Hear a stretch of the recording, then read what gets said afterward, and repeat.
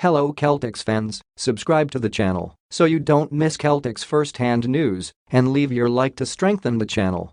Should the Boston Celtics season go south before a championship vacation to Disney World, it's a near certainty President of Basketball Operations Brad Stevens will do whatever it takes to put the finishing touches on what should be a championship roster.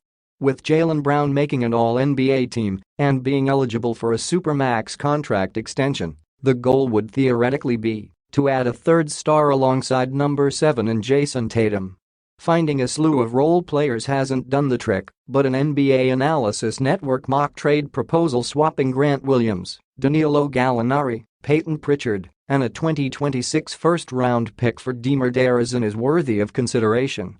Derozan would add a third option capable of taking command of the offense, though he himself has not gotten past the Eastern Conference Finals. With Chicago's future uncertain, it's a possibility the Bulls could put Derozan on the trade block during a contract year, even if his isolation-heavy game makes for a less than smooth Celtics fit. Leave your like on this video to keep up to date with everything that happens at Celtics. Thanks. Continuing.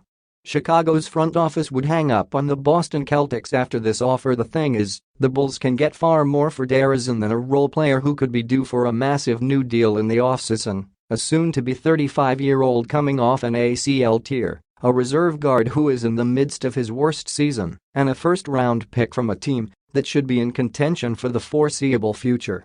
Derozan could fetch at least 2 first-rounders and/or a legitimate building block in a deal, especially for a team ready to hand him a contract extension.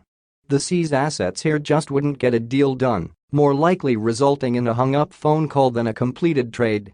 In terms of teams more likely to engage the Bulls in a Derozan trade, the Kings and Clippers could make sense as teams that could consider themselves one piece away.